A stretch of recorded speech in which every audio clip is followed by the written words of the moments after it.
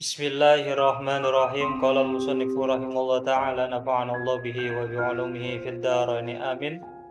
Melanjutkan belajar kita kitab Safinatun Najah, kita sampai pada bab tanda-tanda baligh.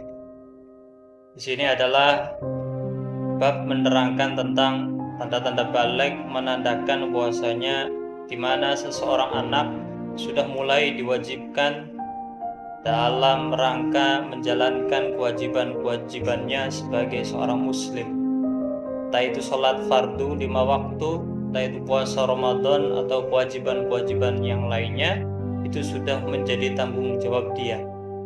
Bahasa fikihnya adalah sudah mukallaf. Jadi seorang anak yang sudah beranjak dewasa itu ketika sudah baligh maka sudah mulai diwajibkan, sehingga konsekuensinya ketika ada seseorang yang tidak melakukan suatu kewajiban, maka dia akan berdosa. Dan sebaliknya, jika seseorang itu melakukan syariat Islam, syariat agama Islam, seperti hanya sholat misalkan, maka akan diganjar.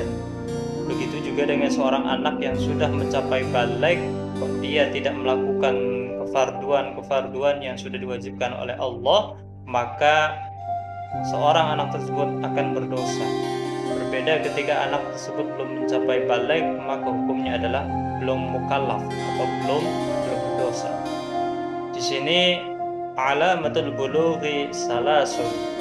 Tanda-tandanya baligh itu ada 3. Jadi ketika ada anak, baik itu laki-laki maupun perempuan, sudah terlihat tanda-tanda balighnya antara 3 ini, maka dia sudah diwajibkan untuk melakukan syariat Islam.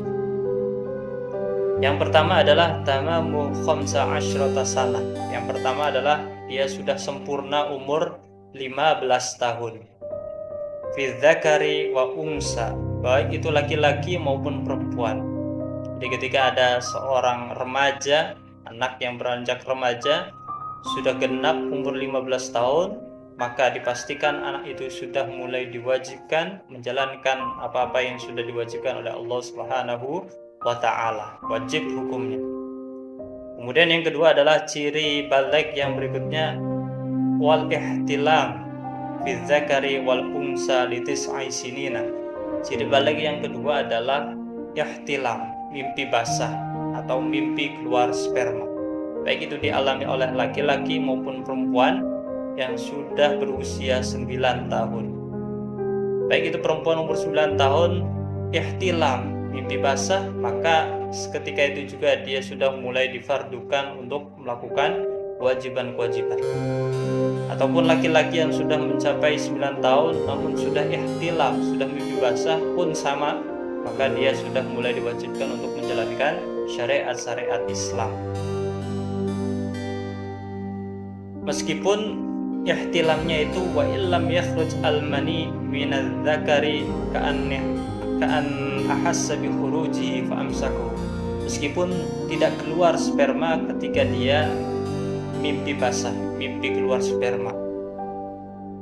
Seperti halnya seorang anak yang mimpi ihtilam namun tidak keluar spermanya, hanya merasakan saja kemudian dia menahannya, itu pun sama dihukumi ihtilam. Maka seketika itu juga laki-laki tersebut meskipun tidak keluar sperma namun merasakan ada sesuatu yang keluar di zakarnya, maka dia sudah diwajibkan untuk melakukan syariat Islam. Kemudian wasalisuha, yang berikutnya adalah haid bil unsa litis aisinina. Jadi ciri baligh yang berikutnya adalah haid, dan ini hanya dialami oleh wanita saja yang sudah berumur 9 tahun. Ketika ada wanita berumur 9 tahun sudah keluar darah haid, maka dia secara otomatis sudah mulai diwajibkan untuk menjalankan syariat-syariat Islam. Jadi pengarang kitab menjelaskan tentang ciri-ciri baligh itu menunjukkan bahwasanya ketika seorang anak sudah beranjak baligh, sudah mendekati ciri-ciri baligh, maka berarti anak itu sudah mukallaf, sudah mulai diwajibkan menjalankan syariat-syariat Islam.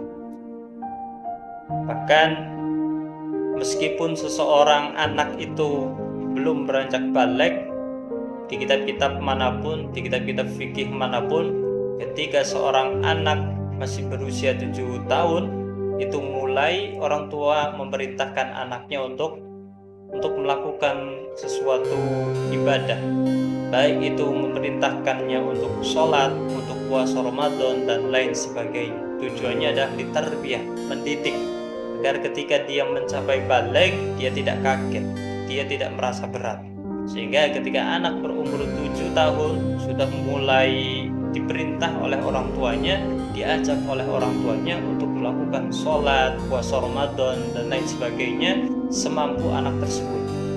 Misalkan puasa Ramadan anak tersebut tidak bisa full dari terbitnya fajar hingga terbenam matahari, maka dalam rangka tarbiyah, dalam rangka mendidik, dia boleh berpuasa hanya setengah hari, boleh.